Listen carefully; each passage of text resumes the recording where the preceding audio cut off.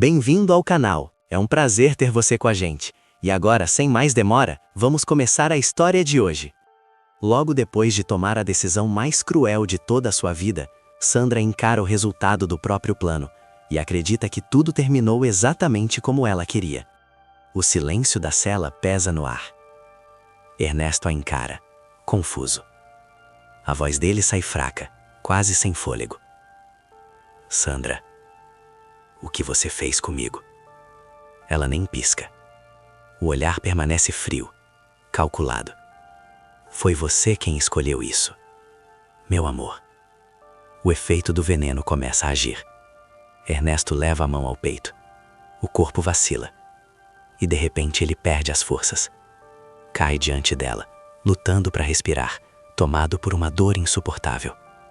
Sandra observa. Por um instante, a máscara de frieza parece vacilar. Ela respira fundo e sussurra com um misto estranho de cinismo e dor. Me perdoa, Ernesto. Você não imagina o quanto isso é difícil. Uma lágrima escorre. Eu te amo. Você é o amor da minha vida. Ela fecha os olhos por um segundo. Mas eu não posso ir para a prisão. Você não pode destruir tudo. Ernesto tenta responder. Mas nenhuma palavra sai. A garganta trava. O ar falta. E ele apenas observa horrorizado. A mulher que um dia ajudou. Agora responsável pela própria morte. O corpo dele começa a tremer. A visão fica turva. Mesmo assim, com o pouco de força que ainda resta, Ernesto tenta reagir. Ele precisa avisar alguém. Precisa pedir ajuda. Sandra percebe o esforço dele e o medo atravessa como um raio. Se alguém descobrir, tudo acabou. Ela recua, respira rápido, tomada por um pânico silencioso. A oportunidade surge. Sem pensar duas vezes, Sandra decide fugir dali imediatamente. Mas antes de sair, ela olha para Ernesto mais uma vez. Os olhos estão cheios de lágrimas, porque no fundo, ela acredita que ele vai morrer em poucos minutos. Então ela vai embora. A porta se fecha e Ernesto fica sozinho. A dor aumenta. O veneno percorre o corpo, como fogo nas veias. Ele tenta respirar, tenta se levantar, mas as pernas não respondem. Ainda assim, com uma força que parece surgir do desespero, Ernesto reúne o pouco que resta de energia e grita. Um grito rouco, desesperado. Socorro! Do lado de fora, o delegado escuta. Ele se assusta. Corre imediatamente até a cela. Quando entra, fica chocado com a cena. Minha nossa, Ernesto, o que está acontecendo com você? Ele se aproxima rapidamente. O estado do preso é assustador. O rosto pálido, o corpo tremendo, o suor frio escorrendo. Basta um olhar para perceber. Ernesto foi covardemente envenenado. Enquanto Ernesto agoniza no chão da cela, com a respiração falhando e o veneno tomando conta do seu corpo, o delegado observa a cena e rapidamente junta as peças. Ele franze o senho, revoltado. E isso só pode ter sido coisa da baronesa. Ela veio te visitar. Ernesto quase não reage. O corpo treme, o suor frio escorre e a vida parece escapar aos poucos. Sem perder tempo, o delegado chama os guardas imediatamente. Ele ordena que tragam ajuda médica com urgência. Pouco depois, Túlio e Estela chegam como verdadeiros anjos da guarda. Os dois entram apressados e encontram Ernesto em estado deplorável. A luta para salvar a vida dele começa naquele mesmo instante. Enquanto isso, em outro lugar, Sandra já está em casa. Ela caminha de um lado para o outro, nervosa, inquieta, tentando controlar a própria respiração. Apesar de ter executado o plano, algo dentro dela não encontra paz. Olga observa a patroa com atenção. Basta um olhar para entender tudo. Bom, baronesa, pelo seu olhar acho que já entendi o que aconteceu. Sandra engole seco. A voz sai embargada. Olha, Olga, a verdade é que eu nunca quis que as coisas chegassem a esse ponto. Ela fecha os olhos por um instante. Eu amo Ernesto. Nunca amei ninguém como amo ele. Ele é o grande amor da minha vida. Sandra respira fundo, tentando conter o choro. Mas o medo de voltar para a prisão é maior do que tudo. Esse é o maior trauma da minha vida. Eu não suportaria ser trancafiada outra vez. Ela abaixa a cabeça, tomada por culpa. Eu sei que posso me arrepender amargamente disso, mas não existia outra maneira de resolver essa situação sem me prejudicar. Sandra suspira. Eu só espero que o Ernesto tenha conseguido escapar do inferno, como ele tanto dizia que queria. Na mente dela, tudo parece resolvido. Sandra está convencida de que Ernesto já deve estar morto a essa altura. Ela tenta se convencer de que fez o que precisava ser feito. Olga se aproxima e ampara Sandra naquele momento difícil. E pela primeira vez, a vilã realmente sofre com o peso do próprio crime. O que Sandra nem imagina é que o destino está preparando uma reviravolta gigantesca. Porque será justamente Stella, a mulher que mais sofreu nas mãos de Ernesto, quem vai salvar a vida dele. Uma decisão que marcará o começo do fim para a baronesa. De volta à cela, Stella fica paralisada ao ver Ernesto naquele estado. O passado volta à tona. As feridas, a dor, tudo o que ele fez contra ela. Por um instante ela hesita. Uma ideia cruel passa pela sua cabeça. Talvez aquele seja o fim que ele merece. O silêncio pesa no ar, mas Túlio percebe imediatamente o conflito dentro dela. Ele se aproxima, firme. Ernesto está envenenado. Precisamos agir rápido. Cada minuto conta. Ele olha direto nos olhos dela. Stella, eu sei tudo o que aconteceu entre vocês, mas você é uma pessoa boa. Não deixe o ódio te consumir. Vamos salvá-lo. É o nosso trabalho. As palavras de Túlio atingem Stella em cheio. Ela respira fundo. Ainda existe dor, ainda existe raiva, mas a consciência fala mais alto. Mesmo lutando contra todo o rancor que sente, Stella decide agir. Ela começa a socorrer Ernesto com rapidez e profissionalismo. O clima de urgência toma conta do lugar. Pouco depois, Ernesto é levado às pressas para o hospital. Os médicos entram em ação imediatamente. A corrida contra o tempo é intensa, mas não dura muito. Logo a equipe consegue estabilizar o quadro. Ernesto é salvo da morte que parecia inevitável. Algum tempo depois, com tudo mais calmo no corredor do hospital, Ernesto finalmente acorda. O corpo ainda está fraco, pesado, quase sem forças. Ele olha ao redor, confuso. Onde eu estou? Uma voz responde. No hospital. Ernesto arregala os olhos. Quase não acredita no que escuta. Eu não acredito. Eu estou vivo. E o vilão se emociona profundamente ao perceber que ganhou uma nova chance de respirar, depois de ter acreditado por tanto tempo que sua hora final já havia chegado e que não existia mais volta. Não demora muito para Ernesto perceber a presença firme de Stella no quarto do hospital. Com a voz ainda fraca e embargada, ele fala: Stella, você salvou a minha vida. Meu Deus, eu nem sei como te agradecer. Stella mantém a postura rígida. O olhar é frio. Ela responde de forma direta: Ernesto, eu só fiz o meu trabalho. Ela faz uma breve pausa e continua: para ser sincera, por dentro eu até torcia pelo seu fim. Mas eu não sou como você. Depois conclui, sem emoção: enfim, você já está fora de perigo. Ernesto percebe a dureza nas palavras dela, o desprezo evidente. Mesmo assim, sente uma gratidão enorme pela ajuda de Stella. Mas o semblante dele muda rapidamente. A gratidão dá lugar à mágoa e à revolta. A lembrança de Sandra tentando matá-lo de forma tão covarde volta à sua mente. Stella percebe imediatamente a mudança no olhar dele. Curiosa, ela pergunta: bom, eu sei que você tem muitos inimigos por aí, mas quem seria capaz de fazer uma coisa dessas com você, Ernesto? Desta vez, ele não tenta esconder nada, nem proteger ninguém.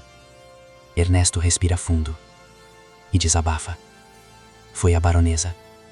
Ela tentou me matar. Stella fica completamente chocada. Como assim? Ela encara Ernesto surpresa.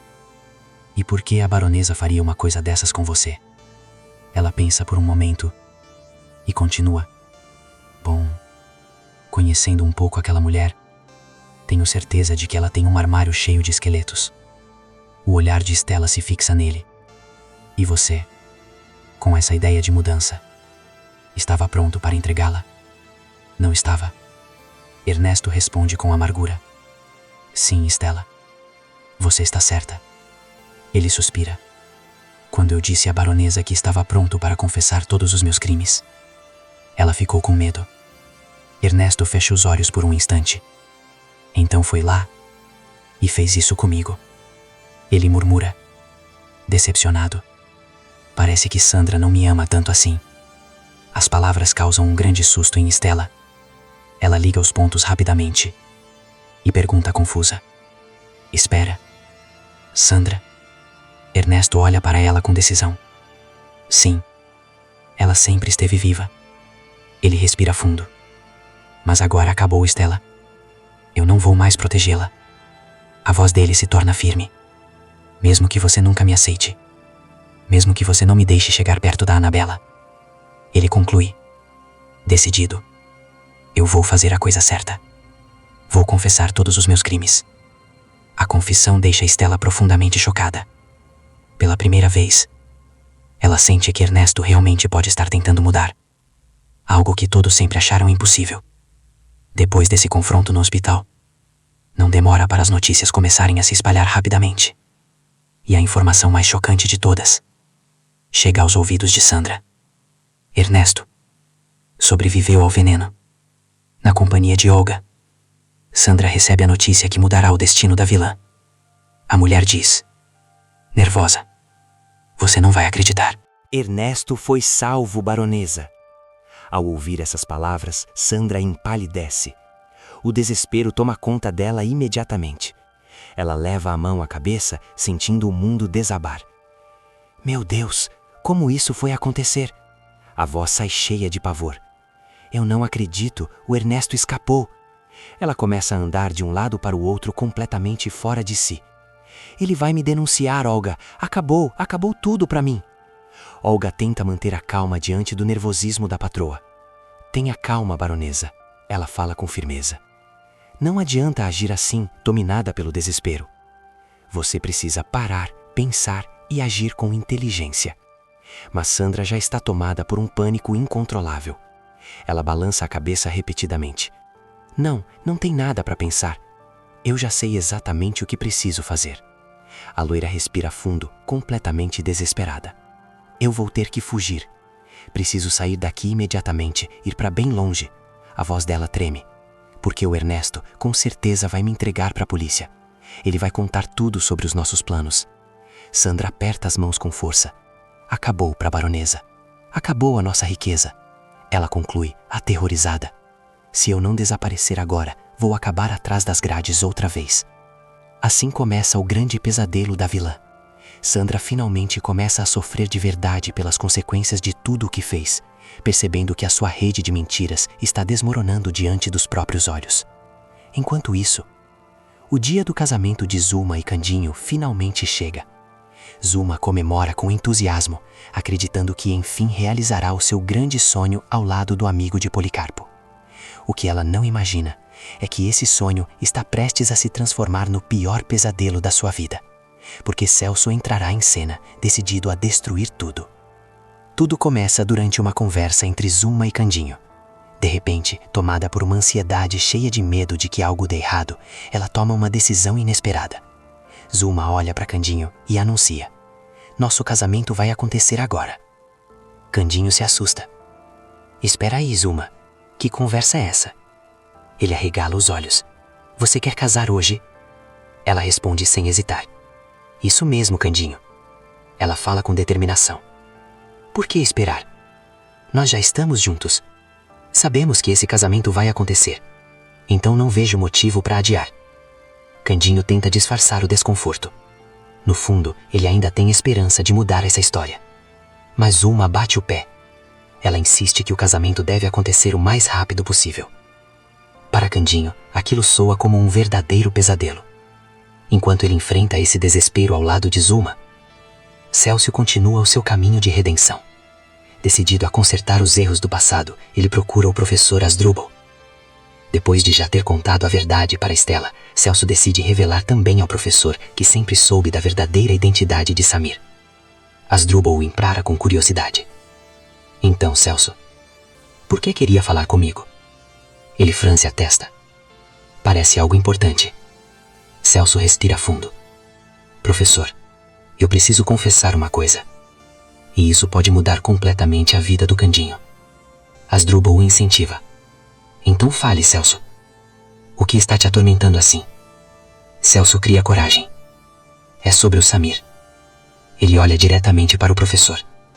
Eu sempre soube que ele era o Júnior. A revelação deixa Asdrubal completamente chocado. Celso então explica rapidamente toda a história do passado de Samir, exatamente como já havia contado para Stella. Asdrubal ouve tudo em silêncio. Mas a decepção fica clara em seu rosto.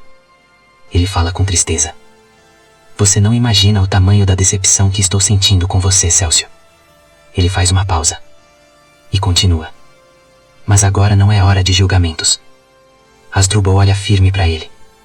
Pelo que você me disse, você está disposto a fazer a coisa certa, não está? Celso responde sem hesitar. Sim, professor. Ele fala com convicção. Eu vou contar toda a verdade. E vou acabar com esse inferno na vida do Candinho. Celso conclui, determinado. Mesmo que para isso, eu tenha que passar o resto da minha vida atrás das grades. E o professor faz questão de alertar Celso de algo muito sério. Ele fala com firmeza, olhando direto nos olhos do rapaz. Celso é o único que ainda pode mudar tudo. Segundo Asdrubal, se ele realmente quer reparar os erros do passado, precisa agir imediatamente. E existe apenas uma forma de fazer isso: interromper o casamento de Zuma e Candinho. Algum tempo depois, o momento da cerimônia finalmente chega. Zuma aparece radiante, vestida de noiva, sorrindo, completamente convencida de que seu grande sonho está prestes a se realizar. Candinho, por outro lado, surge visivelmente aflito, o olhar perdido, o coração pesado. Ao redor, seus amigos acompanham tudo em silêncio, entristecidos com o destino que parece inevitável. O que Candinho ainda não sabe é que Celso está prestes a chegar, e sua entrada no momento mais decisivo da cerimônia vai mudar tudo, colocando um fim definitivo no poder da dona da Casa dos Anjos. Enquanto isso, outra história importante também começa a tomar um rumo inesperado. Lorival decide enfrentar o próprio coração.